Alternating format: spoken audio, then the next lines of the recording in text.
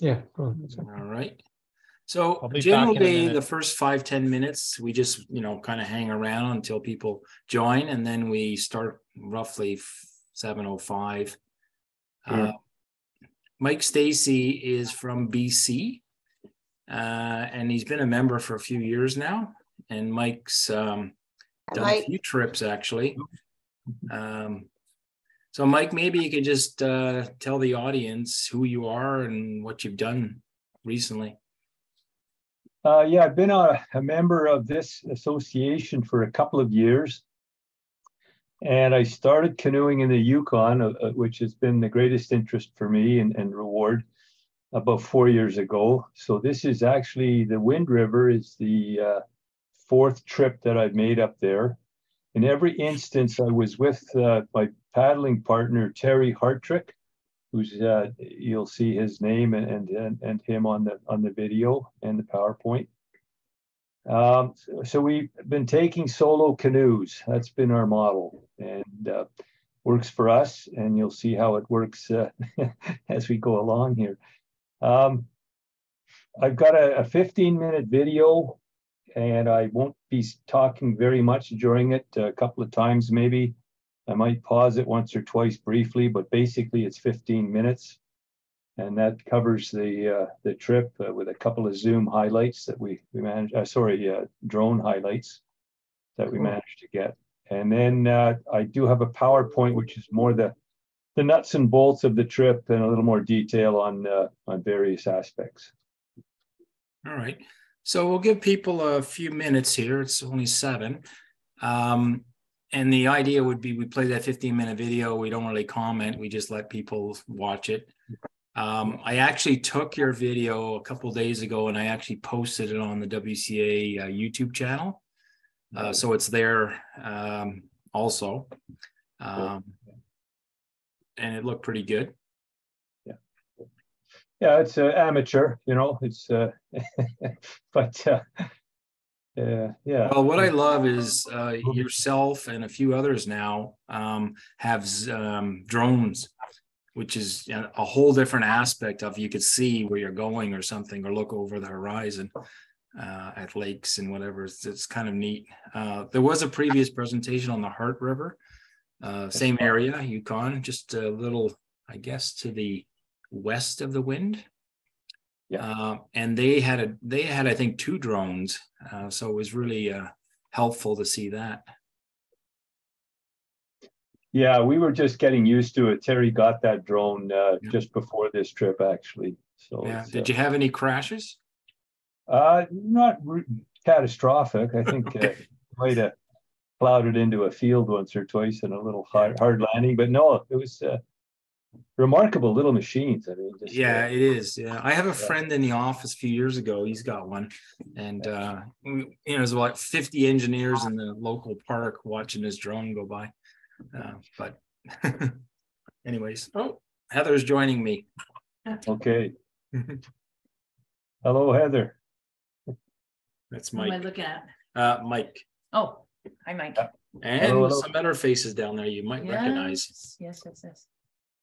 Put that down a little bit. Hello, all. Hi, Fred. Yeah, Fred's got his mute on. Okay. We were just talking about you, Fred. Hello. Hey, how you doing? Hey, good to hear from you. Yeah. I had a little treat last week. Jennifer Cook came and stayed with us for 4 nights while she went to a dance workshop. Excellent. And Nice. after having been there for the 4 nights, Penny said, "Oh, I wish Jen could stay longer." Oh, that's so sweet. Well, that's so sweet, though. That's typical Penny. Yep. Yeah. Most people would be fed up with the company or whatever, the intrusion. But Penny was saying, "Oh, it's so nice."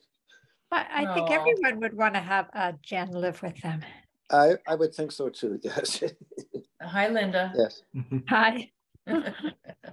Yeah, while your name came up, Linda was at the Wine and Cheese last weekend. So Yeah. Heather and Linda talked, reminisced. Mm-hmm. That's excellent.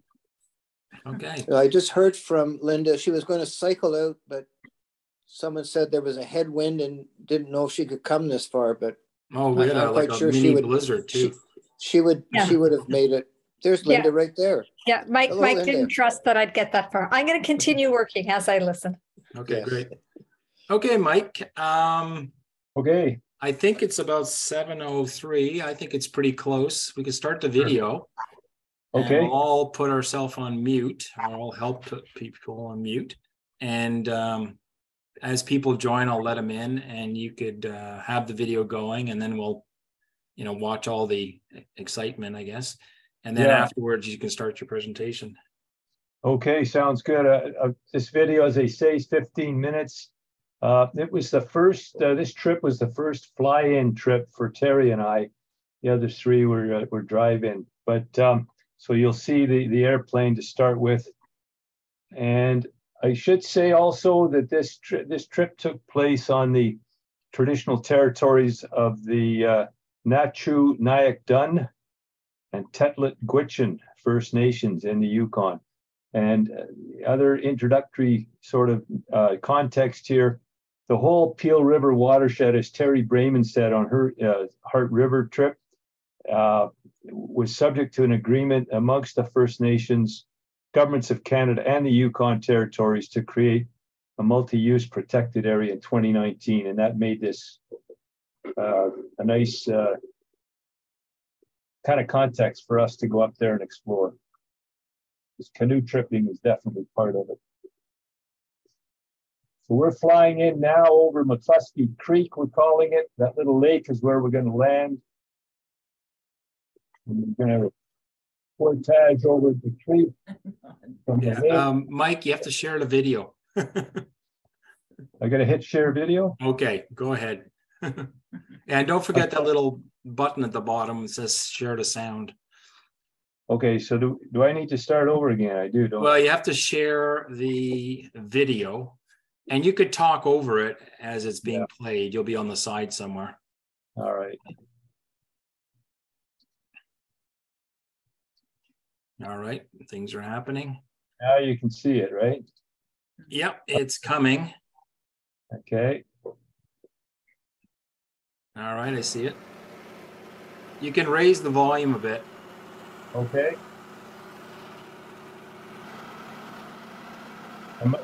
The volume's a little uneven, I have to say. So there's the lake we're flying into. We're going to portage from the lake to the creek that we're over now.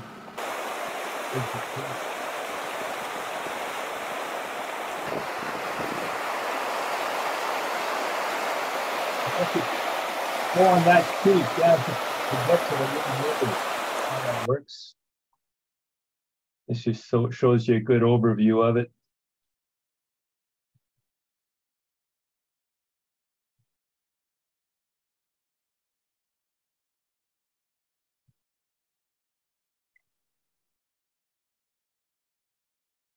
So we ended up lining the boats down this creek to get to the Wind River, which is over in this area.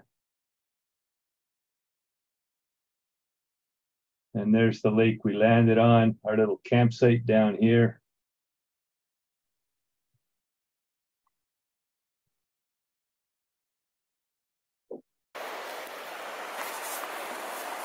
Well, McCluskey Creek, and then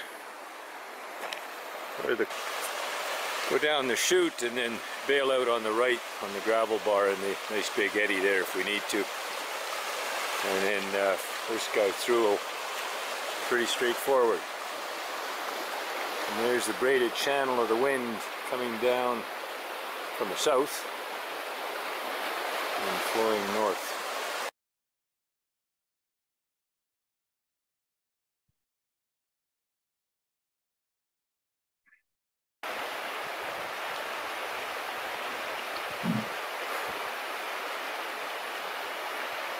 Campers, where we were the night previously, was just off Terry's left shoulder on the gravel bar.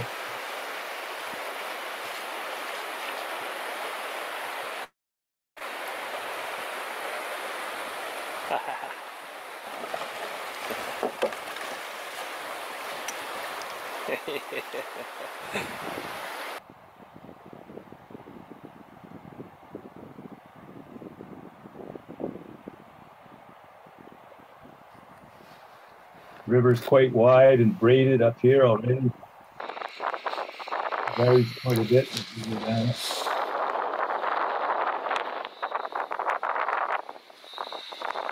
There's Bond Creek, Delta, and the Hinterland campsite.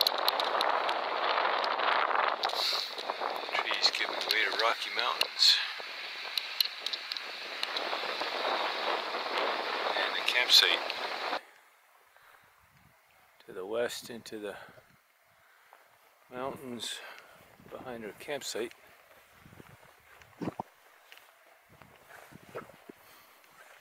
There's a rock face there with multiple caves, not visible right now in the cloud.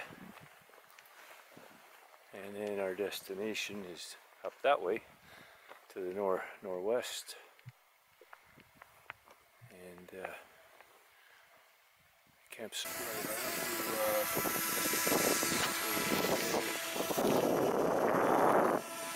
The subject.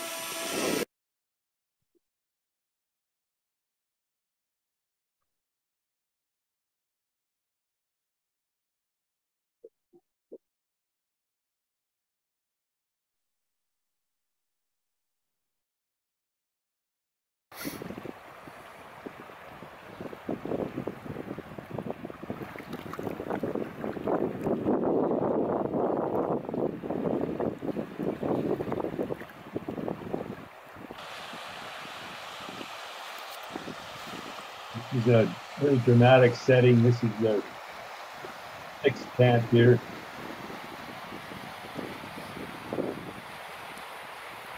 Reportedly excellent hiking, although we didn't get to do much of that.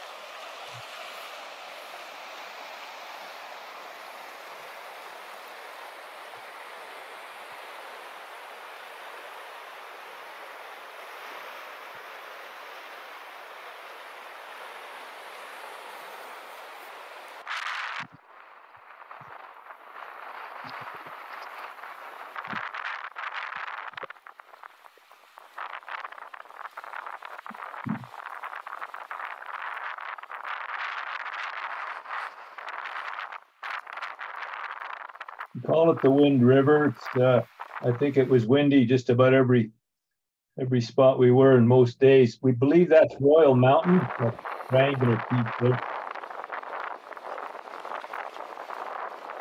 think we're nearing Hilton Creek, and there are some rapids in this little stretch here. Okay, so those are the rapids we think that were noted as a Class 2 rapid near Hilton Creek. We're still not sure if they're the rapids, but we're going to call it done and keep a watchful eye out.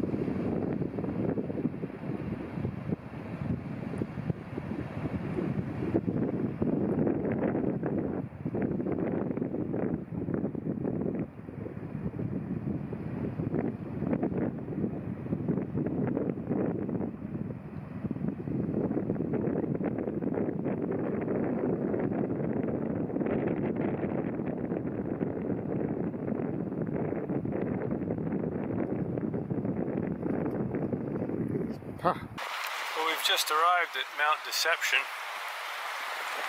and reportedly Class 2 water. Looks like Class 2 to me, but we've probably got a really good way through this little channel and then across to that next spit, and then it's relatively benign to cross that running water before the final spit there. So I think that's what we'll do. We'll just have a chat. Beautiful day. We're about 2 or 3 kilometers from the Peel. We've got a campsite, we think, just about a few hundred meters. The back eddy, so it's basically a whirlpool. And if you were running this section and trying to stay in the calm water, if you got caught by the back eddy, lost your paddle, or just, you know, it overpowered you, you'd be turned right into that stuff over there by the cliff, which wouldn't be good. So we scouted it out. This is what we've come to, this plan. And we're just going to walk them along the edge here on this.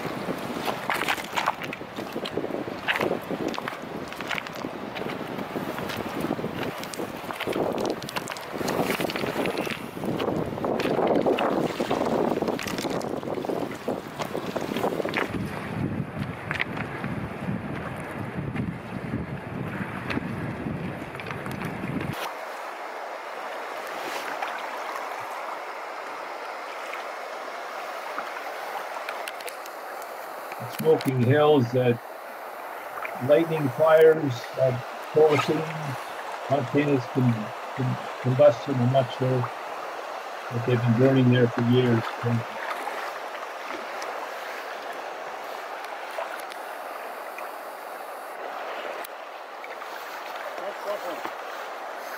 Coal deposits on fire, presumably. Some flame in the center of the picture. Whew, a lot of moving water very quickly here, but lots of room. Nice.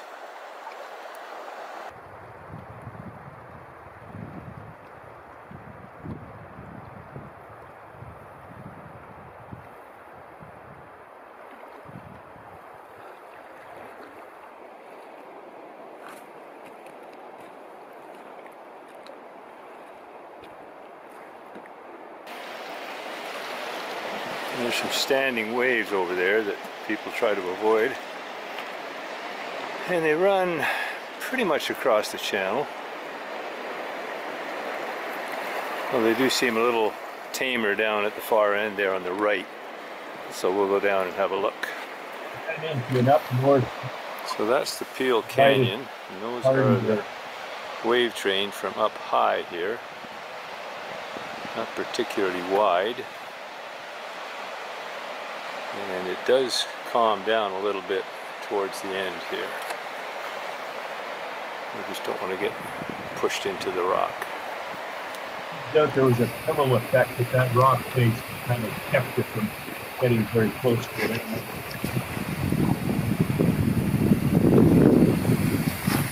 Water's going kind of roll down the river.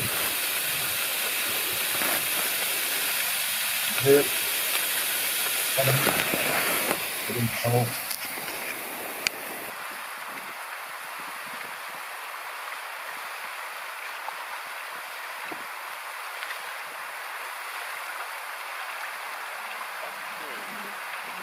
Oh yeah, so we going in that direction?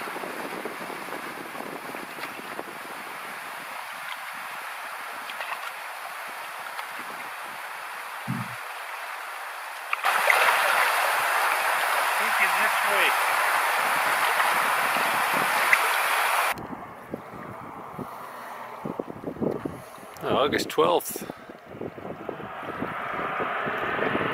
That's the beaver from Canoe, we think, coming to pick us up.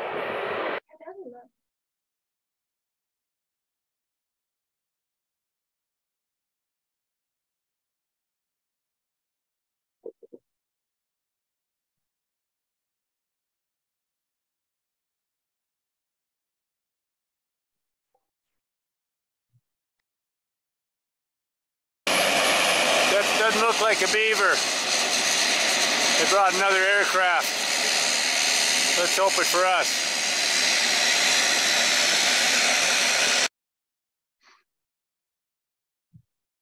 So those white stripes on the face. So the aircraft is doing a front ferry across the river current, just like a canoe. Instead of a paddle, it's the prop. Brilliant. The white stripes are a great landmark to know that you've arrived at the pickup point.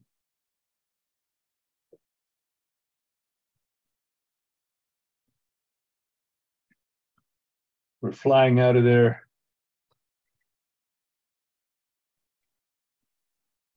It just shows the braided channels typical of these rivers. typical and challenging to pick the right one, of course. Want to pick one with the nicest flow and not get grounded or run into obstacles.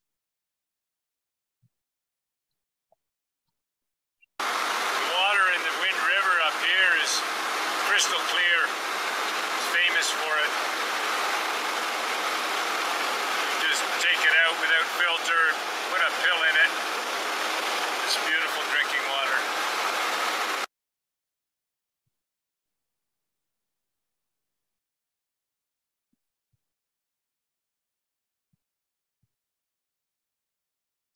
Apparently there's mountain sheep up here. We didn't see any that other people we met did. Other people we met saw several grizzlies in a couple of locations. We didn't.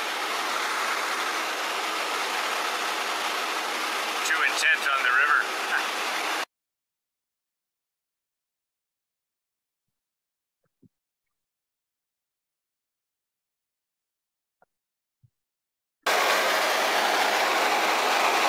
We're probably 15 minutes back from Mayo here. I think this is the Rakla mountain range.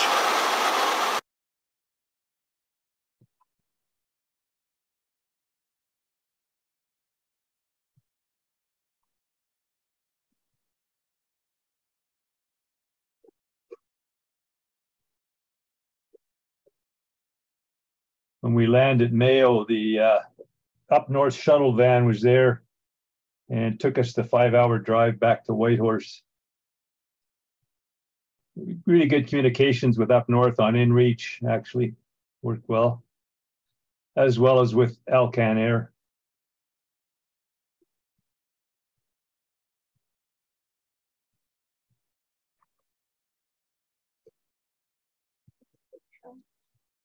And that's the base there.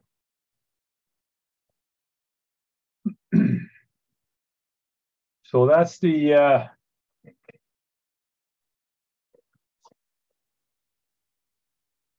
video. That's great, Mike. That video is on the WCA YouTube channel now. So if you missed anything, you can have a look at it.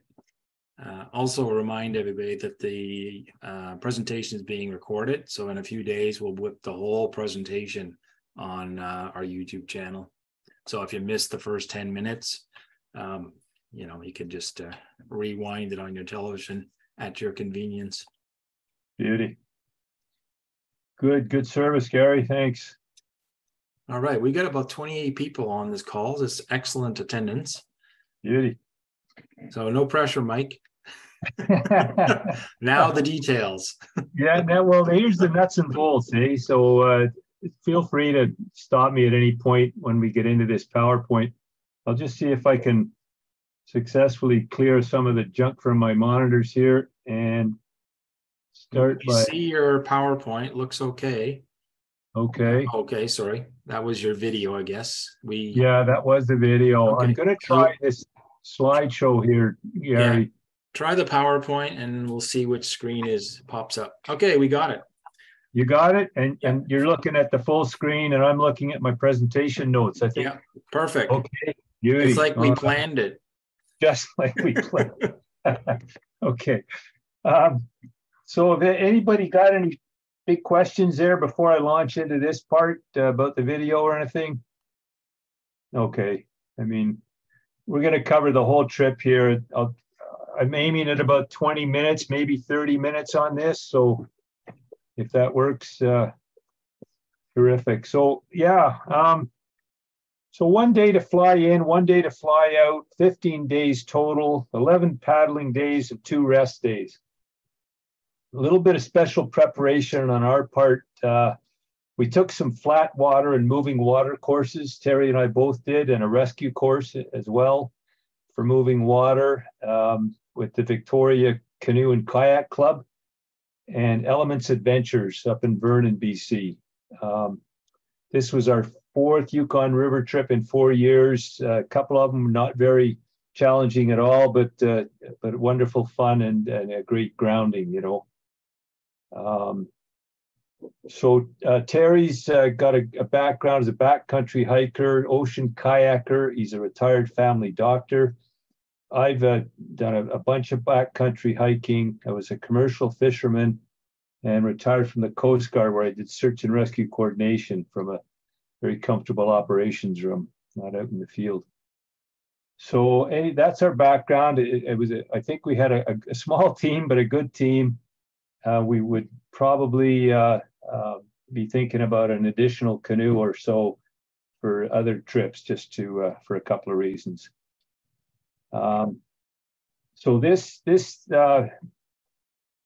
trip, as I said, was located on the traditional territories of the Na-Chu-Nyak-Dun and the Tetlin-Gwich'in. And there's the basic logistics of getting into the river and out again. Commercial air to Whitehorse from Victoria. Up North Adventures supplied a van that took us all the way to Mayo, 5-hour drive. And then the 45-minute flight on the Beaver going in to the Wind River, that lake that you saw in the video.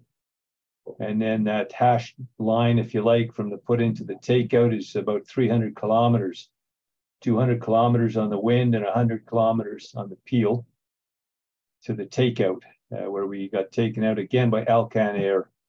So all those suppliers were very satisfactory, very professional.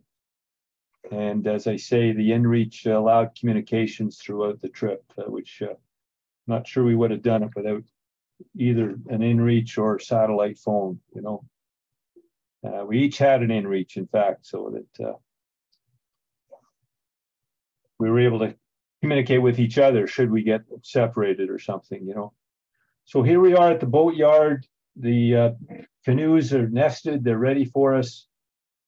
I've got a 16-foot Prospector, which I use, and then a 15-foot Supernova by Novacraft that Terry used. We had spray decks for both of them, and up north supplied the other rentals and whatnot.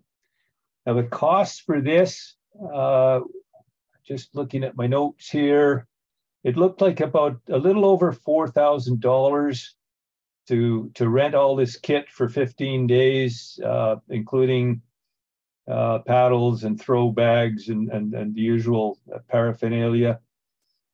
And then it included that 5-hour shuttle van in 2 directions on 2 different days. So a little over $2,000 each for this part of it.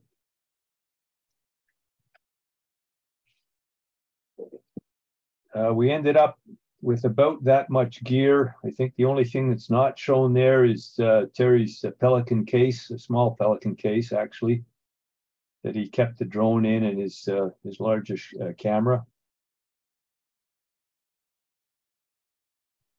A couple of food barrels that we, 30-liter food barrels that we rented. The big long bag there, the Keola bag, is a paddle bag. We had tent poles in there, a couple of collapsible boat hooks that came in handy.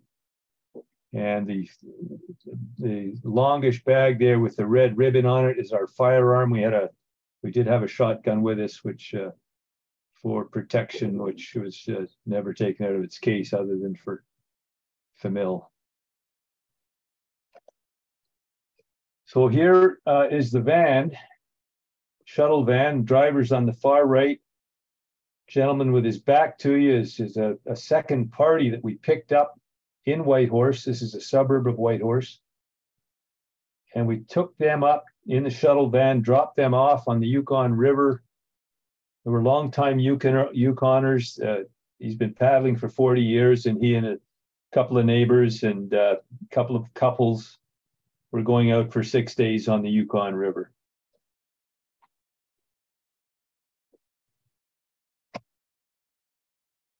We get to Mayo, the plane's waiting for us. That's Terry loading gear into the luggage area there. And then we strap the canoes onto the struts on the one side, which is how they were certified to carry canoes, just on the one strut. So that's why they were nested up.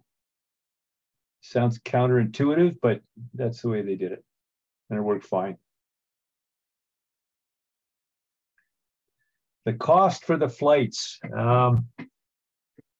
it was about $6,400 all in, and that's for the flight in, 45 minutes, and the flight out, which was quite a bit longer, although we were in a faster plane, as it turned out, so didn't take much longer. The weight limit, they have 2 breaking points, one at 850 pounds, another at 1,200 pounds. We were just over the 850, so we paid a little bit more, but didn't have to worry about weight. And as I say, the whole thing, $6,400, so $3,200 each for a trip of a lifetime. That's the way we looked at it anyway.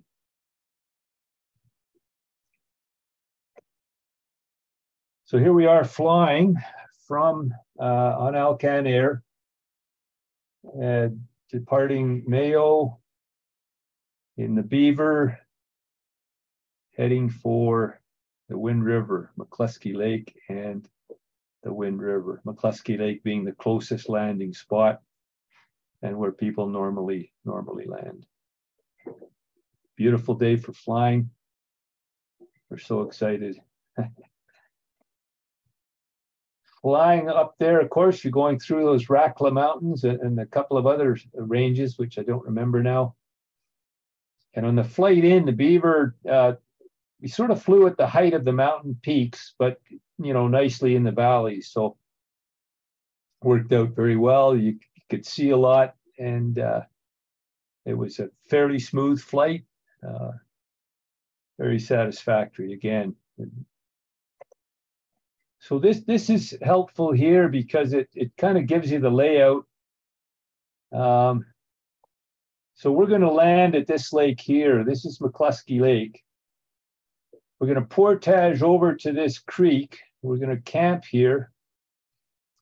We're going to line the boats down that creek. That's about 3 kilometers there, that distance, like that. And this, of course, is the Wind River. So it's flowing from right to left, from south to north, and it's highly braided, as you can see up here. And that is typical of the Wind River throughout its course that we were on.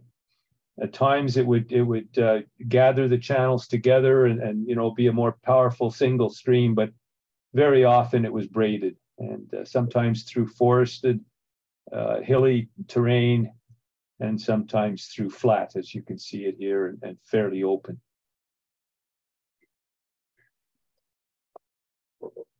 We landed at McCluskey Lake. We're unloading here. That's the pilot looking at me like wondering if I can carry my end there. Worked out really well. She was very professional, as I say. We had that strap the canoe onto the struts with these straps. It wasn't going anywhere. It's nicely done. This little bag I've got on there is a Patagonia watertight bag. They sell it to fly fishermen, but I used it for cameras and other stuff that I wanted to keep dry. So some people hiked up this mountain, you know, when they first got in there to get a nice big view to the right down the Wind River Valley, but we did not do that. We already had a long day driving for 5 hours and then flying in, and we had a portage and camping ahead of us. So portage, pretty straightforward, nice trail. I think it was 3 or 4 trips each to get all our kit over there. About 300 meters in distance. We rented food barrel harnesses from up north, but really, this was the only time we could have used them, practically speaking. And I see Terry's just carrying his by hand there, so we probably could have done without them. So we get to the creek. We have to cross that creek to get to a better campsite on the other side, just behind my head, to the right of my head over here. And we put in a fixed line to help us get across here. might have been over engineering, but it was kind of fun, and it did give us a nice handhold as we crossed the river. You know, we rented throw ropes, of course, throw bags with the canoes, but we brought a couple of extras, including at least one, a long one here. I think this is a 23-meter throw rope, which came in very handy for this situation. It was just long enough to span the creek and took the worry out of getting across once we had it up there. Water was about knee deep crossing there at this state of the discharge. And running, I don't know, it's hard to say. I was thinking it was about 10 kilometers an hour here.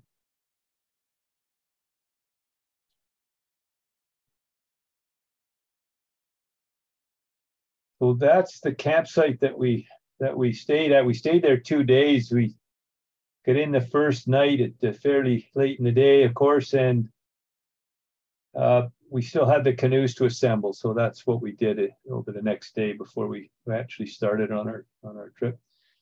The lats and longs you see up there are, you know, take them under consideration for accuracy for a few reasons. They're mostly accurate, but sometimes I forgot to take my plot, you know, press the button until I moved away from it or something. Anyway, I'll give you a good idea.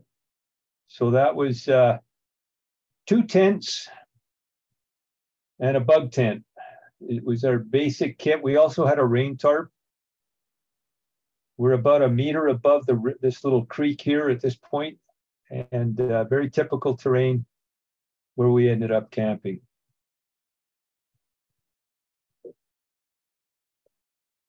So the next day, weather improved, which was nice.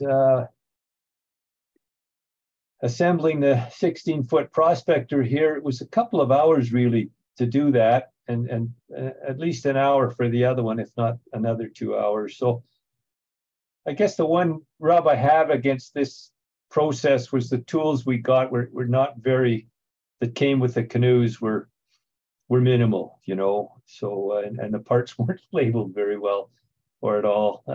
Anyway, we got through it, and it was we knew the canoes better when we ended, but than when we started. And our multipliers were definitely used. It came in handy. So here's the next day. We've got the canoes set up. The spray decks are in place. We did get a short hike in on that first day we spent in camp as well, down the creek to scout it out a bit. So, and that confirmed our decision that we would basically line our way down line the boats down the creek. One of the spray decks, they didn't have a spray deck configured for solo travel for the prospector. And we discussed that before we went up there. So I actually had a spray deck that I have for my canoe at home here, which was a 16-foot canoe. So it fit very well. And that's the spray deck that I just brought that with me, and it worked fine.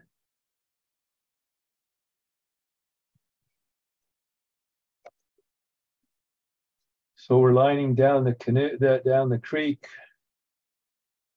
We paddled a little bit, but not much. We wore our dry suits on most days, and I think I might have worn mine just about every day. And the helmet, for that matter, very comfortable for me. And I did feel more secure, even lining down the creek, you know. Again, with just the 2 canoes, 2 people, not much margin for error. If something goes sideways, you want to be in the prevention mode as much as possible. At least that was our approach. So we're pretty safety oriented. So we got down to the Wind River successfully. There's the confluence. So the Wind River that we're teeing into there is flowing south to north, which is left to right on the screen. The moose antler there at the bottom right. And there's a outfitter's cabin over here on river left on the Wind River on the other side of one of the braids, which reportedly has another camping area available. Not sure how you'd get to it.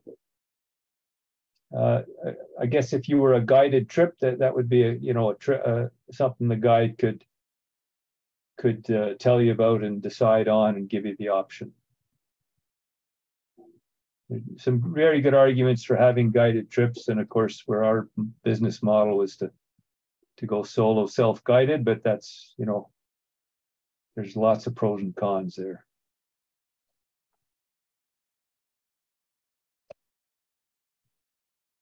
So our third camp, this is the camp that we put up at a McCluskey Creek. Good campsite, low gravel bar, good views. You can see we've got the rain tarp set up there, and we have the bug tent, of course. And the rain tarp, we ended up setting it up so that we sort of protected a common area where the entrances to our two tents were. And that worked for us. You could see our extendable boat hooks holding up the ends of the rain tarp. Rainy and buggy, like a lot of the sites, of course, but with that bug shelter, it really took the sting out of it, if I can use that phrase. Beautiful day the next day. Look at that, Wind River, very inviting.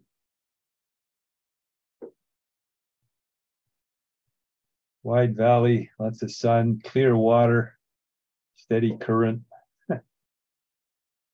Perfect start, perfect day.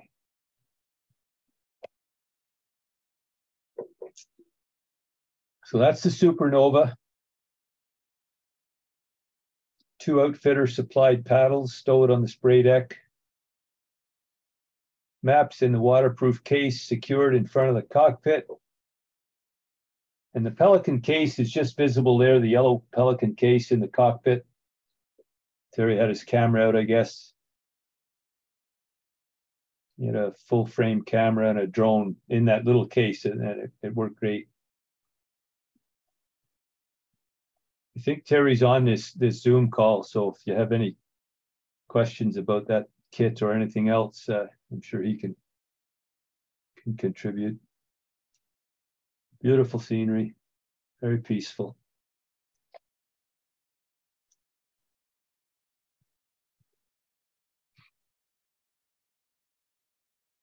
A couple of days, the suits, the dry suits, they were a little warm, but relief is at hand. Just splash the water on, from the river, and that seemed to work for me anyway.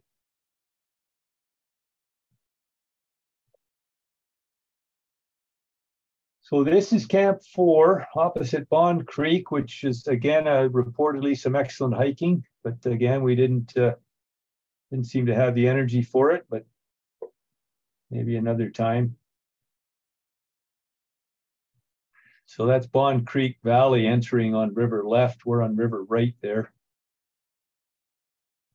Windy, buggy, rainy. We're camped on dirt, which is a bit of a change, but we had a great view. And the trees were helpful for a bit of shelter and drying stuff, things like that.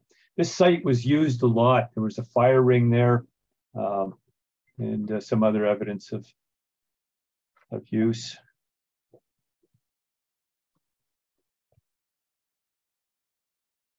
So this was an interesting feature of this campsite, was this animal den. Any experts on animal, anybody out there know what this den might have been? We didn't see any scat, we didn't see any tracks, so no carcasses or anything like that. So we stayed there. Mike? Yeah, go ahead. This is Beth and Bruce Belair. We were on a trip just earlier this summer on the Wind River. We stayed at that site. We called it Wolf Scat Site. because it was covered with wolf scat. Okay. We did Wow. not see that burrow at that when we were there. We did spend some time walking around the area. Did not see that burrow, but there was lots of wolf scat at that site when we were there. Yeah, so likely a wolf then. Yeah, yeah, that's was our first idea, but again, no scat, so they hadn't been there for a little while anyway, and we didn't see anything. My answer without the wolf answer would have been a wolverine, and I sure wouldn't want to meet either one of those critters. Wow. Really? Wow. Well, the hinterland behind this campsite, you know, we were saying at the time, it sure looked gamey. It was a low expanse of forested area that, you know, that went up into the hills with it's kind of, yeah. So it's, anyway, good stuff. Yeah. So we didn't do much hiking, as I say, and we didn't do any fishing. I brought fishing gear for the first time, thinking I might, and good intentions, but just didn't have the time or energy. So again, another time. So that's the same site. We're looking north, which is downstream. Again, Bond Creek was over on your left there. And that just gives you an idea of where we're going the next day. This was the one time we had to get up in the middle of the night and fix the rain tarp, which I guess we really didn't have to do, but it was making a lot of noise. So anyway, we got it set up again. But normally we had luck with the rain tarp. There's a little hill beside the site here. That's where this photo was taken from. So that's Bond Creek and the valley, which again, reports from other paddlers have said great hiking up that valley, and it sure looks like it. Even if you were to just slog up the creek bed, you know, it would be a wonderful hike. Take the canoes over there or something. But I think we did about 28 kilometers a day on average of paddling days to make this 300-kilometer distance. So, you know, many people would travel a lot more than that and have more time left over for hikes and whatnot. How many hours were you on the water? How many hours? Probably 4 or 5, maybe 6, you know, including stops and just looking, just being there. Yeah.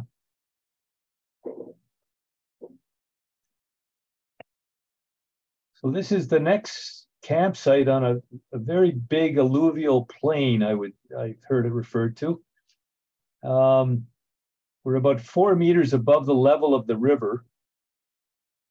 And we're looking, this view here looks south back up from where we came from, with the river itself being on the left, just at the foot of those dark hills on the left. Interesting on this site, we went right by it, and we had some intelligence that there were good sites here, but for some reason we went by it. I guess we didn't look all that appealing from the river at first, so we ended up having to back paddle or paddle back up the river for a good half hour to get here. But it worked out in the end, of course. But again, with a guide, you know, they'd have that knowledge beforehand. And anybody maybe who has this type of information that's on this site, on this PowerPoint, would at least know that one. There was a site, I don't know if anybody else has come across it, or a source called Carte Plein Air, and there's many outdoor maps and trip reports on it. It's all at least I think it's all in French. The one I saw was certainly in French. But a guy named David Marsh, if you're looking for more information on this Wind River, he did a really good report. Very helpful to us anyway. Carte Plein Air. Carte Plein Air is really big in Quebec, and they do the Ottawa Valley / Quebec rivers. Generally, they're all in French, but once you figure out the translation between, you know, rapid, swift, it's pretty straightforward, but they have excellent maps. Yeah, they do. I'm not sure how they do it, but yeah, it's all volunteers. They just create the maps and put it online. They have a website, and it's all organized with the watersheds. It's very good. Okay. Yeah, it was good for us. So this is a drone photo above Camp 5, and again, you're up on the shelf. Here is our campsite, more or less, a little bit this way. And that's the river coming down, very typical again, as the braids, in this case, fairly wide and not too steep. But definitely picking which braid to take, especially in the forested area where you couldn't really see ahead very well, was where you wanted to pay the closest attention.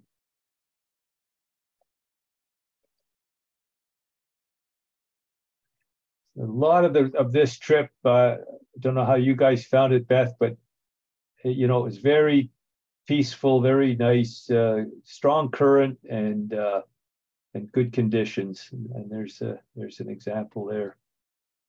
Mike, we felt that when we were there, it was almost flood conditions. Actually, the river was really pushy. Lots of sweepers, lots of debris floating down beside our canoes and that. So gave us quite the adventures. So that's interesting. Yeah, interesting you say that, Beth. We were very fortunate because we had my son actually keeping tabs on the discharge rate at on the Peel River, which same watershed, and hopefully indicative of what we found on the wind. And so we would get a report via our inReach whenever the trend looked reportable, looked worrisome, but that was comforting because we had discharge levels between, I think, 250 and 300 cubic meters per second. That means anything to anybody, and it can go way, way higher than that. And even in the summer, the spikes can be very high. So that's interesting, Mike. We'll have to look and see if we can find that information retroactively for when we were there to see what the levels were, because I sure felt they were high. So I think it was probably good we didn't know. There's a school of thought that it says exactly that. Just go and manage it, Yeah. But the canyon, what is it? Peel River above Canyon Creek, I think is the name of the station.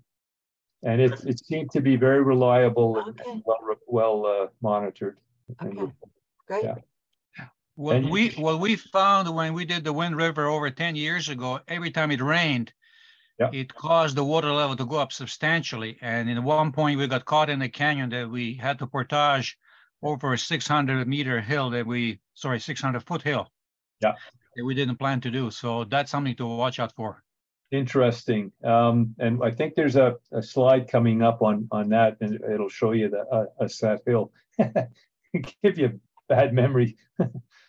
So we had some bad weather. I got that one titled Sun Reappears, which was an event, believe it or not. It does show that the way I configured my spray deck, so I've got the painter from the bow leading back to the cockpit. So if I need to hop out, I can just, grab it and it comes with me, which I found to be useful a few times. And then I've got the up north supplied green paddle in there is my ready to go spare. And then my main paddle, the black carbon paddle, which I brought with me, which was light and I found very easy on my joints. I really appreciated it. Made for a comfortable paddling experience. And then we each had a spare paddle, spare if you like, in under the spray deck. So we each had 3 paddles to go down there. I ended up losing one during this trip, which just left me with a spare and a main, which is, you don't want any less. So I found that to be worthwhile.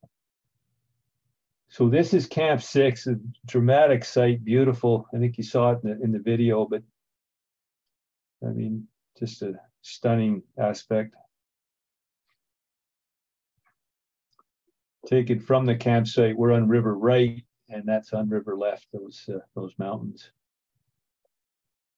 And that's a view looking back up the river.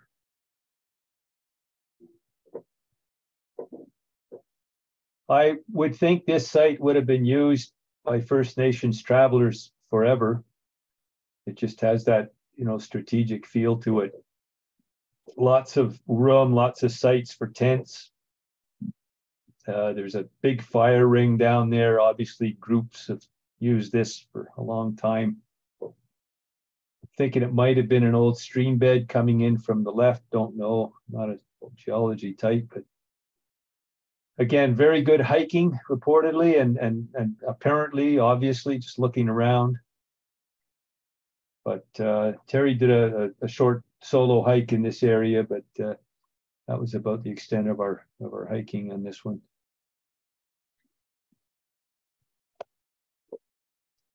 Hi, Mike. Yeah, I think that was a site that was on about 2 or 3 levels, tiers. Yep, that's the one.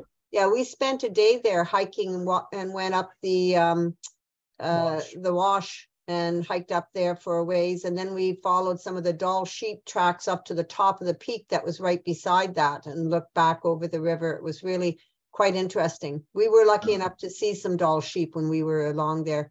Very tiny, skinny little guys. Were they? What time of year was that? That was just about 2 weeks before you. Well, maybe 3. 3 weeks. We started July 9th and did it through to the 27th, something like that. Yeah. Hopefully they just hadn't fattened up yet. Yeah. Yeah. But that was a beautiful site. Yeah, that's the one with the 3 levels, right? Yeah, that's the one. Yeah. Nice. That shows you there, and you can see there's a well-worn path from where the canoes are over here up to where we chose to camp. Right. And again, no rain tarp because we didn't need it, but the bug tent was critical. Yeah.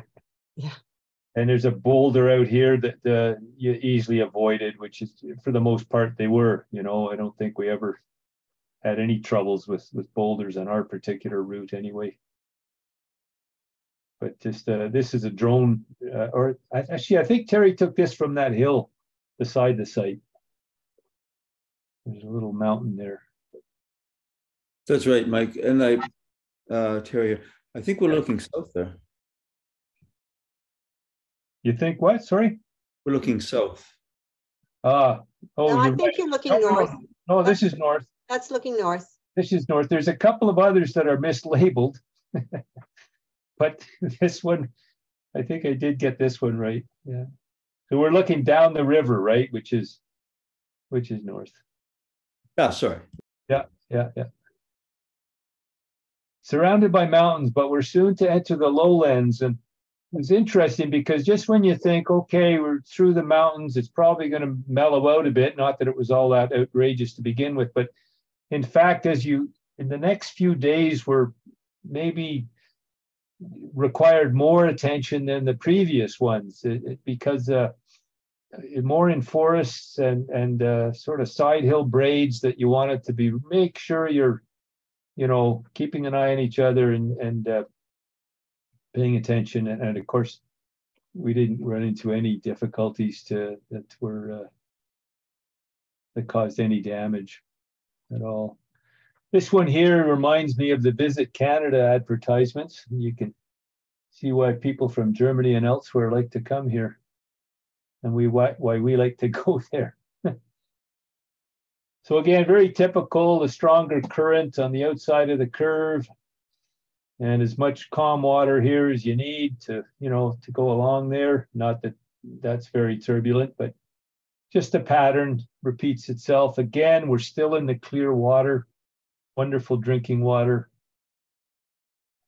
I think the current, I made it ranging from 5 kilometers an hour up to 12 kilometers an hour. So that was my take.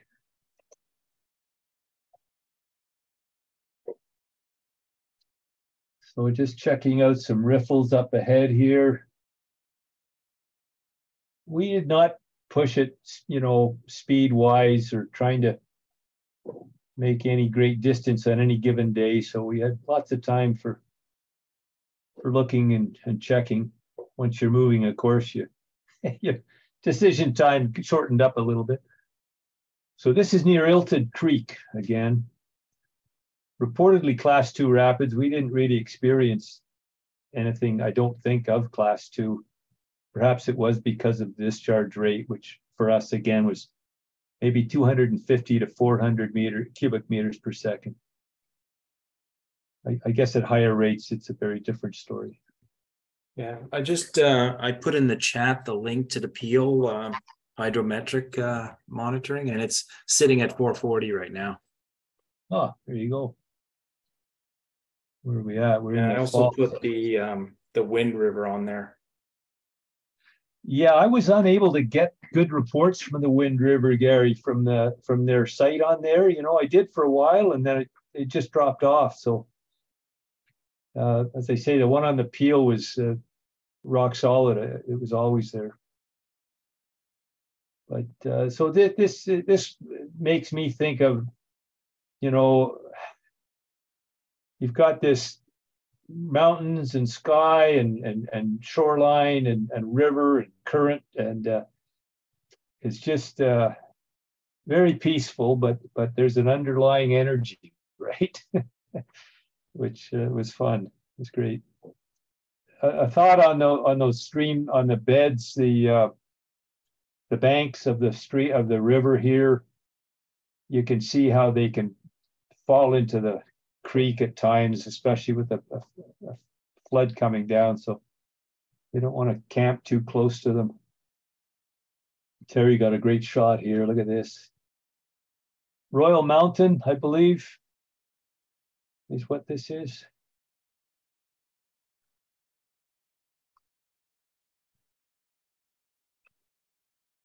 So Camp 7, we're looking back up the river. We're on River Right here. Again, the wind on the bug tent, you can see it, and on these tents. We're not very high above the water level here, so we've got a red ribbon, red webbing, about 1 meter long, that we wrapped around a rock on the water's edge most nights, and just so we could monitor the level. And if you had to get up in the middle of the night, or you're worried, or you're just looking, you could tell, you know. So the wind was a factor. We ended up getting bigger and bigger rocks. You can see the size of these things we're using now to hold the tent down. Sometimes we use the canoes for anchoring one of the tents. So this is just the same camp, the same view, looking just a little downstream. There's the red ribbon and with the wonderfully clear water.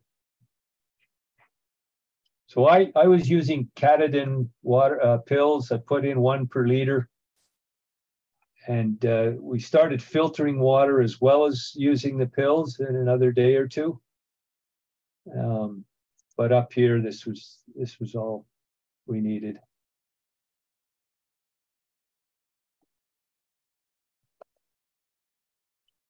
Camp 8 days, and this was one of those late in the day choices. It's kind of a random site. I wouldn't particularly recommend it to make a special effort to get to. It was kind of low. It was kind of buggy, kind of windy, kind of wet. Served the purpose. At this point, we were certainly watching the hills behind us and for rainstorms, of which there were some. But, you know, we never really noticed a fluctuation in the river level. We did watch for it, but never saw it. So either those rainstorms were not very severe, or maybe we were ahead of it or something.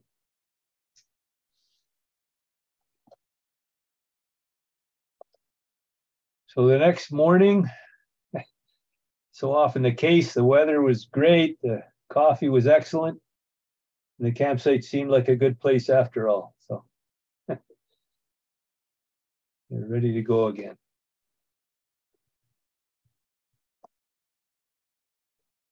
So again, just taking a look at some of the turbulent water and figuring out the best way to avoid it.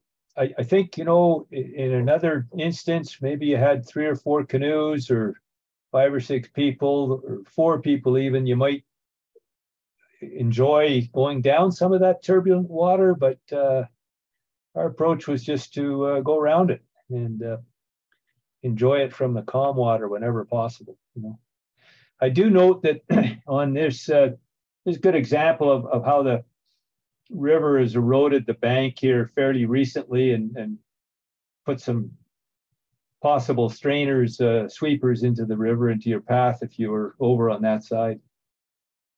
Some of the braids were narrow, and you know, it was difficult to avoid these streamers, these strainers, and you had to go out in line or you know, just take some other evasive action. But in this case, as you can see, which was mostly the case, it was quite easy to avoid these things.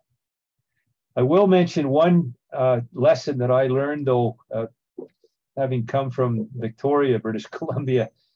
Trees here and the trees up at 64 North are a little different. They grow slower up there, and these little trees that up there are very tough. So I was sort of pushing my way through one sweeper, and it had a couple little snags on it. I guess the needles had been, you know, worn off them in the water, and I got a little poke in the arm, and it was like the tree saying, look, you know, you can't just brush me out of the way here.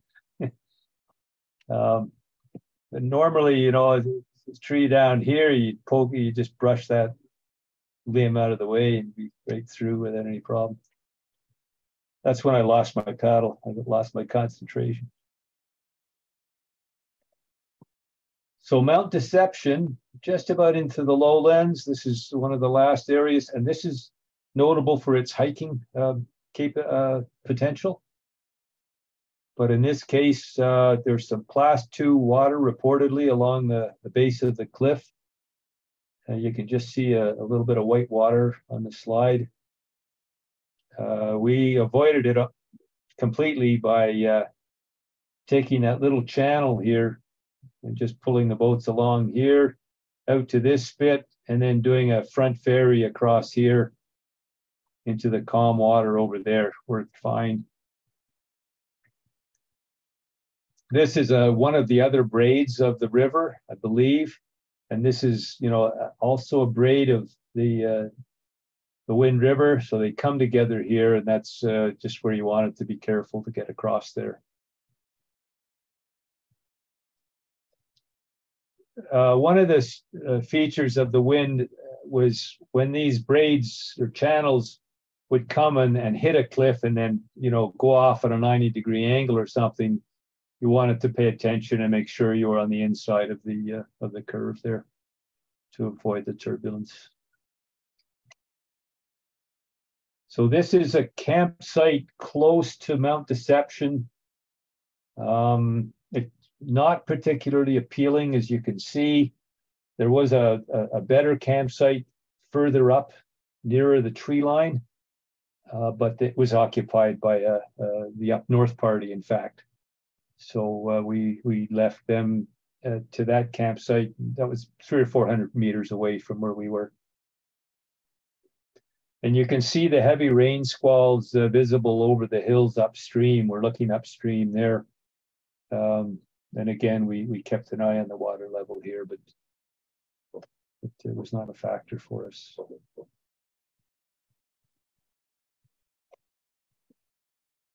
So these red cliffs are basically just a landmark telling us that we're getting close to the Peel River. And they're mentioned in a couple of the guidebooks. And I think this is just a lunch break or something.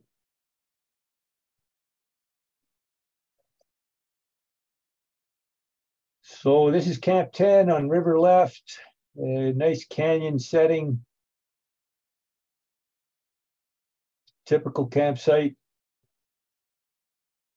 We started filtering water by this point. I guess the bonnet plume, and I don't think the snake had come in, had entered the Peel yet, but we're probably past the bonnet plume. anyway, the water was murky and we started filtering. So the river had remained turbulent with large whirlpools revolving towards some cliffs on river right. Again, easily avoided by lining the boats. I think that was in the video. That was in this area.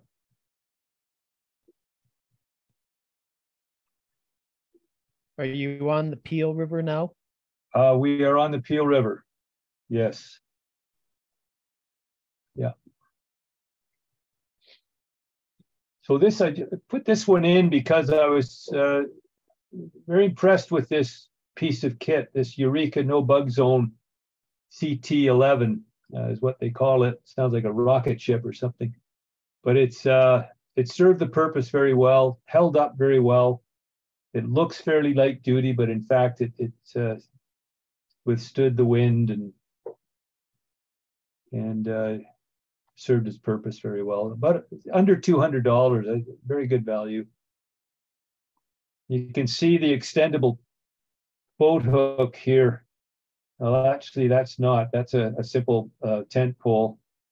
But the boat hooks have a little reverse hook on the end used for pushing the boat away from objects. And of course, when you turn it like that, it's an excellent point of attachment for your water supply or anything else, for your water filter kit, which is in this bag. It's a gravity filter system, so put your bottles down here, and it worked really well. So this is the very typical, again, with the big cliffs and the turbulence over by the cliffs and the calmer water on this side of it. This is 3 German paddlers we met, had brief interactions with them. They'd had some grief earlier on when they first got into the wind. And the one gentleman had overturned in this boat here. And they lost their stove and some food. So we helped them out with those objects when we met them up at the takeout point. We didn't need them anymore, of course. So they cooked over an open fire for 10 days, and they were just happy as Larry. You know, they just couldn't have been happier doing what they were doing. It's a very intrepid folks, and you need to see how they handled adversity. I'm not sure, I don't know what you folks think, but it doesn't look like it's a well sort of distributed load. You know what I mean? A lot of it's up on top of the deck there. Anyway, nice people and strong spirits. So here's the coal deposits on fire, which we talked about. So the coal deposits under the confluence of the Bonnet Plume and Wind Rivers, where they join the Peel River, are the largest coal deposits in the Yukon. But I think because of the protection that this Peel watershed has now, it's pretty much safe from development. Worth keeping an eye on. But yeah. Back in the mid 1990s, there was some mining exploration going on up there because they discovered a nickel deposit about 5 days upriver on the Bonnet Plume, and the idea was to take some of that coal and take some of that nickel and do a smelter and smelt it out of there. That got turned down, but it was a proposal for a while. Yeah. Apparently it was a huge amount of community and First Nations action, like activism, that made this protected area come into being. And it's just been regarded as a stroke of wisdom ever since, as I understand it. You bet. The Nickel Mountain upstream on the Bonnet Plume is huge. I mean, it's several thousand feet high. It would have been 25 years worth of above ground mining. Yeah. Well, I doubt that they've forgotten about it. So good to know. So this is yours truly, just surprised that we've know where we are one more time, yet again. So there's the arrangement with the bow painter ready to be, taken into action. Your map case tethered on, of course, the go-to paddle, the other one in underneath it, in reach in hand.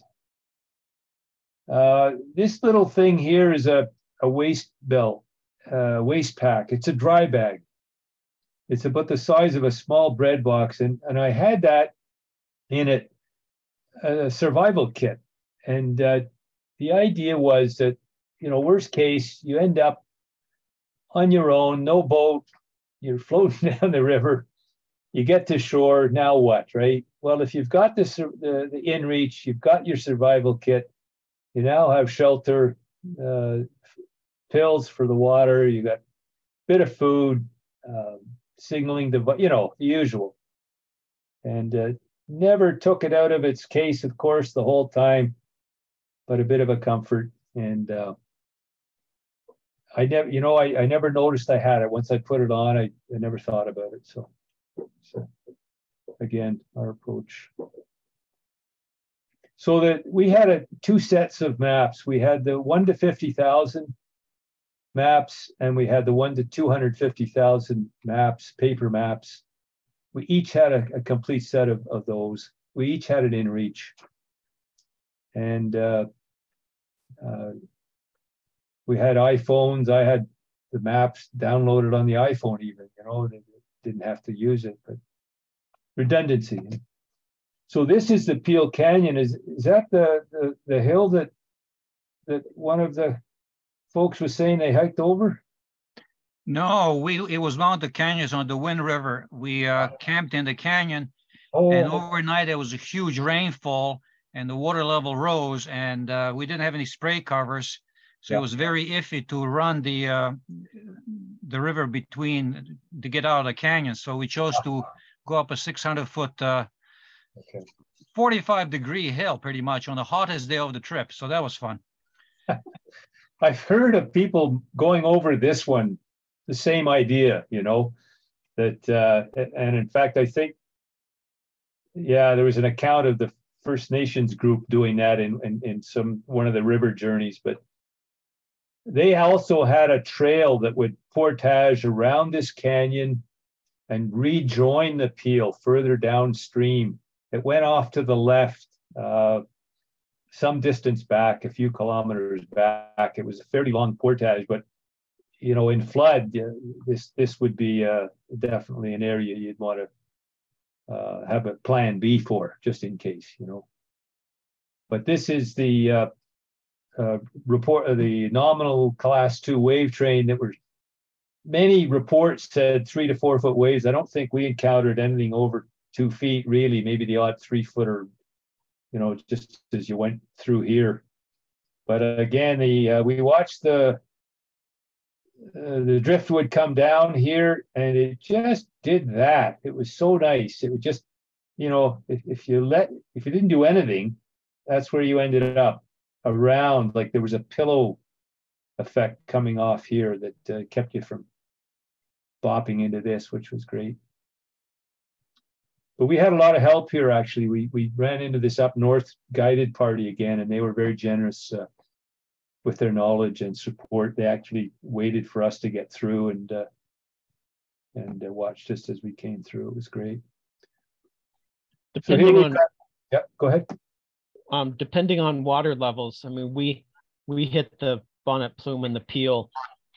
We were 5 days ahead of a major flood at Fort McPherson. This particular channel here has to be scouted very carefully, because if you come through here at the wrong level, it's a washing machine you just don't want to tolerate. Right. It'd be pretty miserable. You probably got told that. Well, we did, and certainly the trip reports, that refer to this as they say, 3 to 4 foot waves in the usual case, but which was not our experience, and much more if in flood. Yeah.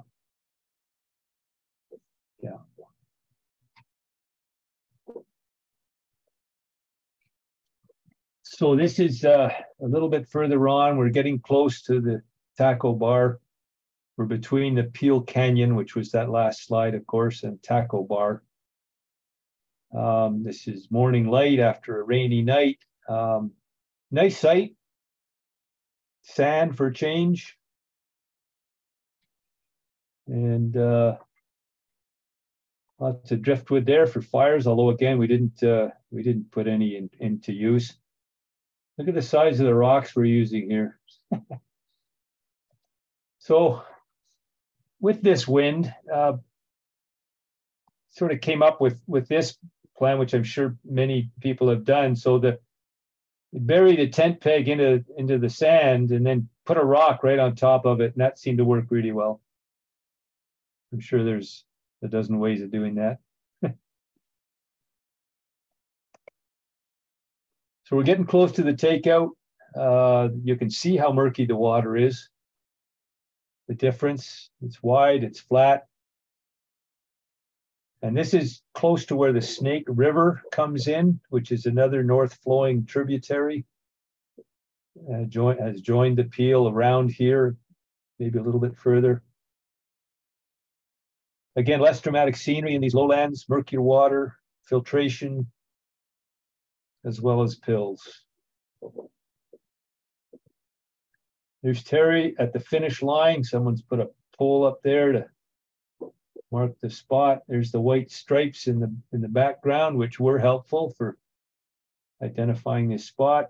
Again, a very popular spot where people who had paddled the Snake, the Bonnet Plume, and the Wind, and maybe the Heart and others, if they came down the Peel, use this as their takeout spot. So where Terry's standing there is a little higher than the flats near the gravel bar near the river, a bit higher ground, and a bit of shrubbery there, which provides some wind protection. And there's also fire rings and a pit toilet as well at this location. So a little note on the white stripes in the cliff. Terry did some digging and he contacted a gentleman named Maurice Colprun, who's with a Yukon government geologist. And that gentleman provided the information that these stripes are formed at the edge of thin sandstone layers, which are more porous than the surrounding shales and siltstones. So the groundwater seeps out onto the cliff face through these layers of sandstone. And the carbonates and or salts precipitate out at the cliff face, and that's what produces these wonderful stripes. So yeah, I thought they might have been volcanic ash, but the geologist says that's what they are. So we camped close to there, like within a hundred or a couple of hundred meters, but on this flat area, we were thinking, well, we've got to, sort out gear and dry gear and stuff like that, so it might be better, and that's why we camped there. But I think had we known how strong the wind was going to be, and it was really strong here in the afternoons, and it carried a very fine sand, which was permeated everything. I think we probably would have chosen the other site, the higher site in the shrubbery, on another event. So at that point, we're using the canoes to anchor the bug tent. So we've got a canoe on either end of it, and that's what we've attached the guy lines to. So we didn't see any big animals. We saw a few tracks of wolf and moose, along our journey, but this was what I take to be a grizzly track, a couple of hundred meters maybe back from our campsite on the Taco Bar there. Obviously pretty fresh. The German paddlers had seen two different groups of grizzly bears when they were coming down the river. Benign encounters, just wonderful. The bears on the shore doing their thing, and them in their boats. It's just very nice. And the up north party had a wolf come into one of their campsites at one point. So they were around. We didn't see any, and I guess one came by our site at one point, or had just been there. Yeah, on our trip we saw sheep and caribou, but no bears. Yeah. I think had we paid more attention and used the glasses on the hillsides and all that stuff, probably would have as well, but not to be on this trip. We've seen bears on other trips up there in the Yukon, but not this one. So we're ready for the pickup. Wonderful weather. We've got the canoes. We stayed here a whole day, actually. Many parties again wouldn't have bothered, but we stayed there a day and disassembled the canoes and sorted out our gear. And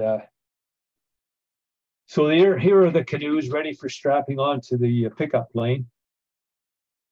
Using the inReach, we used the inReach that morning, about 7:30 in the morning. We sent a message to the Alcan Air in Mayo saying we're here, and they giving them the weather report at the pickup point, which they had requested, and confirmation, of course, that we were there and ready to go. And that worked really well. And they came back to us and said gave us an ETA and all that good stuff. So there's our two heroes. They said to we're looking a little trimmer than we did on day one.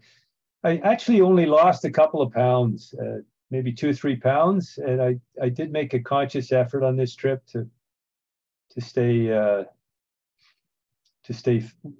well fed, and that was a good thing.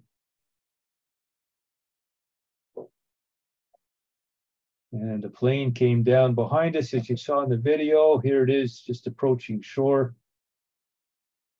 This wonderful caravan, Cessna Caravan is what it is. The Beaver had been diverted to another job. Ordinarily, we would have had the Beaver and had about an 1.5-hour flight to get back. This one took, I think, just over an hour to get us back.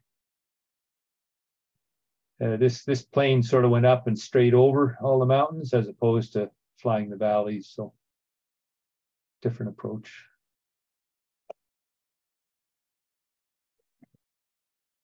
So that's the cockpit. Looks really, really professional. Dual controls. InReach up on the dashboard. You can see it there, the orange object.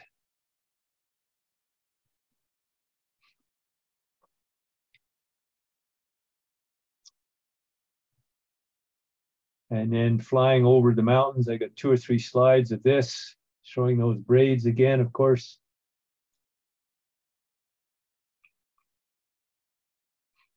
Just going to read something here from one of the guidebooks. It's Wild Rivers of the Yukon's Peel Watershed, 2nd edition by Yuri Pipra and Sarah Locke. And it just sort of sums up the hazards of the wind, which I think is worth saying.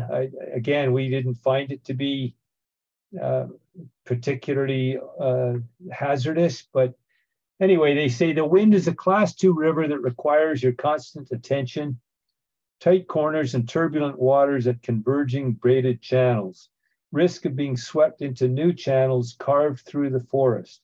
These routes are best avoided as they have few eddies or places to pull over. So, that's probably a harsher verdict on the wind, and certainly that we experienced. But as other people have said, in higher states of flood, it's a different river. So one needs to pay attention on that. Those statements are completely true. We had the bonnet plume do that to us in 1994, where in the wintertime the river got jammed and the entire river got diverted from the normal, plain right into a forest, and suddenly we're paddling a class 3 river with 60-foot trees that were 3 feet in diameter. Holy fuck, I didn't sign up for this. Yeah. I mean, it doesn't happen very often, but they got to put it in writing because it does happen. Yeah, I think that's exactly what they were thinking. You know, we better say this because it can happen. Yeah. We had an arrangement on another river, and like a bit of an arrangement on this river where, you know, in a distress situation, you can get taken out of there, and it's what our government does for us, and it's free, and it's a wonderful service. In a non-distress situation, let's say the river is, you know, you're getting indications that it's going to be beyond you or beyond what you want to deal with. You know, you can get evacuated there using the inReach, and it's we talked with helicopter companies that was what they do. You know, they go into these remote places and they take people out.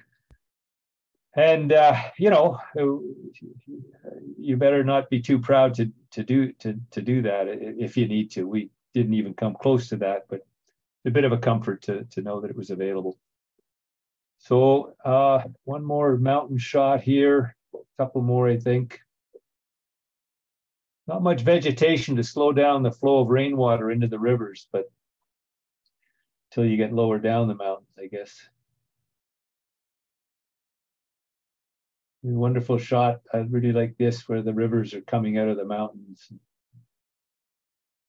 Shows a very characteristic. I look at this and I think about the indigenous paddlers who experience this journey on a regular basis, pre-contact, of course, and post, but certainly pre-contact, in moose hide boats, which they would bring their furs and down to the lowlands to do their business and meet other groups. Moose hide boats down these rivers, you know, on a regular basis, and then walk back up to their winter camps. Extraordinary. So the next slide, I should warn you, is a little different. So there's dinner in the White Horse at the Klondike Ribs and Salmon. I'm sure some of you people would have remembered that one. I recommend it. So that's the end of the PowerPoint, and it's I guess it's 5:30 here, 8:30 your time. So I'm certainly open for any questions, or if you want to get in touch with me, you know, by all means. But if you got some questions now, that I'd be pleased to. Yeah, there was some questions on the chat, and I'll just go through some of them. Sure. Hard shell or pack boats? I believe you had Royal X boats. We had ours were probably Royal X, and they weren't the pack boats. No. Yeah. You mentioned it was $6,400 for the Beaver, although you got the Cessna on the way back, split 2 ways, and roughly $4,000 for the shuttle and all the rental of the 2 canoes. Yep. And that'd be much cheaper if, you know, we were tandem, because you'd have the shuttle and 1 canoe per 2 people generally. Yeah. So you're looking at probably, the other thing I notice is the Beaver is like the most expensive when you have 2 people. When you have 4, it's a little cheaper per person, and 6 is the optimum number. Yeah. But there are cost price lines on the Alcan website, or you can just call them and figure out. Next question was the tents. To me, I guess they think they're MSR Hubba Hubba. Yep, they are. Okay. They are indeed, and they held up very well. I've after this trip, I replaced a couple of things, because it was fresh in my mind. So I upgraded a couple of things. One of them was my tent, which has seen a lot of service, and the floor was giving out on. Anyway, I got one slightly larger, just for more comfort. Right. on these longer trips. Yeah. There was a question about on the drones, how much batteries power did you need for that? On there? Yeah. Yeah, so it's Terry here. Yeah, the drone comes with a battery that's, they say it's 30 minutes per battery, but there's a function to have the drone return before your battery runs out, of course. So you get effectively just around 25 minutes to a battery. But of course, it depends a lot on wind resistance, what you're flying against, and that sort of thing. So I actually took 3 batteries along, so I'd have lots of power, lots of opportunity. Didn't end up using it as much because I didn't have a lot of experience and confidence in flying it, and it was quite windy a lot of the time. And I was afraid of losing it. So I didn't fly it as much as I was planning to. But yeah, so the batteries are about 25 minutes of usable time. I guess you can always bring a power bank and recharge them. I did that as well. Yeah. Yeah. So I could have done that too. Terry, as somebody new to using a drone, I thought you did an excellent job with a lot of your shots. They were great. Oh, thank you very much. No, yeah, brand new. And there were just the 2 drone. I think I just flew the drone twice on the trip. One at the beginning there at McCluskey Lake, and then further down where we had the aerial shot. But you know, they're very easy. They're not difficult things to fly. If the basics are pretty straightforward, and if you're in fairly open area where there aren't power lines or trees or cliffs, it's not a difficult thing to maneuver or to bring home. There's an automatic come home function on it. So they're actually quite accessible to beginner even. And a lot of fun. We might have to ask you to do a presentation just on drones. Oh yeah, well I only know one drone, so you're gonna have to find somebody. Now we have Robert James in the audience. He has a drone, and I believe, Robert, you brought it on the Hart River. I did. I brought that on both the Hart and the Snake, actually. Okay. It was got some amazing shots. I'm a little bit reluctant to use it on the river itself. I've always wanted to try and establish, put the drone up, have it follow me down through some of the rapids. My concern there is that if you take a little bit too long to get started in your scouting, then the drone is up for a fair bit of time before you're actually ready to reel it in. Exactly. At some point, it'll if the batteries run out, it'll do kind of an auto return to home. And if that return to home point is on the canoe in the water, then it's going to return to where it started from and drop itself back into the water. Yeah. So I'm a little bit reluctant to do that situation. So you've got to launch it while you're on land before you take off. And then if it does run out of power, you either have to disable the return to home or else hike back up river to find it again, which is always a bit of a pain. I tend to use a lot on hikes. So when I'm hiking, then I'll start from a fairly high vantage point, launch the drone, and then move and scout up and down the river and going through some of the canyons. And it's been great. Yeah, I could see it being really good for when you're on a hike and you want to know if there's any bears up ahead. Yeah. There's a question in the chat. Can drones be used to scout a rapid? Yes, absolutely. In fact, I've used that at one point on the Hart. We came across some fairly bad sweepers, and we ended up having to go back up river and pick a different braid to get around it. And I used the drone to sort of scout out the territory and making sure that some other paths were clear. Cool. All right, Kathy says it's awesome. Yeah, good. So Mike, did you gain your 3 pounds back after eating dinner in Whitehorse? About 13. Yeah. Well, I think we're going to wrap it up. That was excellent presentation and videos. Just to let everybody know, if anybody else in the audience wants to do a presentation, I can set up, the event, the Zoom, and all the back stuff. And you just have to do the presentation basically. And what Mike and I have done, like we had like a dry run like a couple weeks ago, just to make sure everything's working and, you know, everybody knows what the controls are. So it's fairly easy to do a presentation. And that's part of the club, you know, to present and pass on the information, because people want to know, where do I rent? Where do I shuttle? How do I get there? Yada, yada, yada. And then actually, you know, somebody's firsthand knowledge, like Mike's giving the presentation, but Beth and Bruce were there like 3 weeks before. So you get different perspectives of the time of the year, you know, early July versus late July, bugs versus no bugs, etc. So that is one of the advantages of having the club and having these Zoom meetings to kind of share the information. Does anybody else have last minute questions? And I want to thank also Terry, who was Mike's partner there. Excellent. So I'm glad you guys, I know Terry, you just signed up as a member a few weeks ago. That's right. Excellent. You also guys mentioned that you were interested in, you know, having people join you. If you post a trip, there are people who are going to join you. So any member can post a trip. You just kind of line it up and say, this is what we expect. We're going to do 20K a day or 30K a day. We're going to get up at, you know, whatever, 8 o'clock. We're going to leave at 10.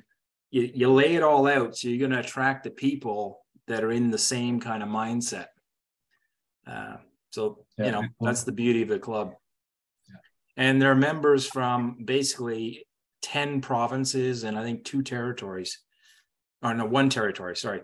And right now we have 30 states represented. And I think there's 7 Europeans right now in the club. So it's a very broad, you know, club basically. How many members do you have, Gary? They're just under 500 right now. Wow. The vast majority, I think 420-ish are Canadians. About 75 to 80, and I can't remember, the number keeps floating around, but something like that are Americans, and there's about 7 or 8 Europeans. And I mentioned on the Hap Wilson presentation last weekend that 1 person is from the Cayman Islands. So I'm really hoping he launches a trip shortly. Hopefully he's listening. 500 people joining him. Oh yeah. Probably Banks Island. Well, I can't remember. I do see his name on the postal thing. We just actually sent out the latest Nostogan, the fall issue. And if you guys are interested, there's some really good articles in there. But one of them is Mike has another story. So maybe you can line this one up, Mike. Hopefully it's not inverted, but it's paddling the Teslin River in the Yukon. So maybe that's another presentation to come.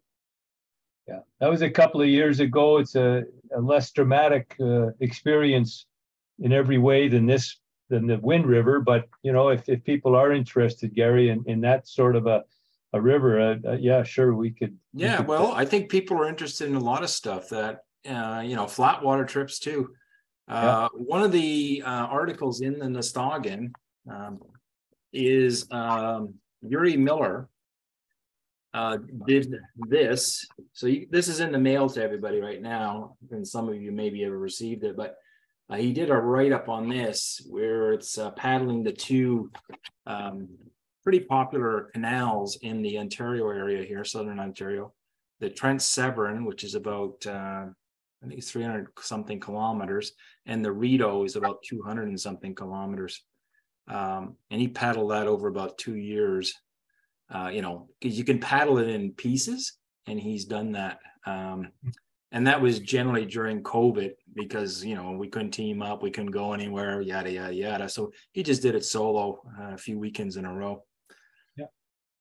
It's interesting. So yes, we're interested in exciting trips, flat water, whitewater, you know, etc. So I'd like to thank you again, Mike and Terry in the background there somewhere. what I plan to do is the next few days, we'll flip this into a YouTube video. So we'll have, you know, the bumpers on the front and the back and the core presentation. So if you came in late and you missed something, you can just rewind it and find out what you missed.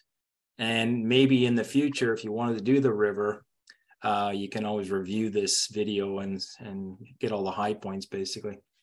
I guess what I can ask Mike, is I kind of wrote down in the chat the costs. So you mentioned $6,400 for the flight for the two, the Beaver, and I think 4,000 was the shuttle and the rental of the boats, I guess, and the paddles and whatever else you had there. Yeah, so that's kind of documented. And I guess the overall trip you mentioned was 15 days, right? 15 days, yeah. Okay, so that's the core of it. And up north is an outfitter and Whitehorse, basically. Right. Yeah, so you can just type that into the internet and you'll get it. I've used them before. Yeah, they're, you know, and generally they can almost do everything for you. They can even book your flights if you wanted to, but you did it indirectly, I guess, eh? Yeah, we did, and they provide guides, which are, you know, the one that we met anyway was very confident. Yeah, but there's 2 or 3 outfitters up there. They're not the only ones, of course, but they are reliable and have worked well for us. Yeah. Okay. Does anybody else have any questions or comments? Just me, Gary. Thanks for doing this, for making it happen. You know. Well, thank you. Yeah, it's great. Good service. Thank you. All right.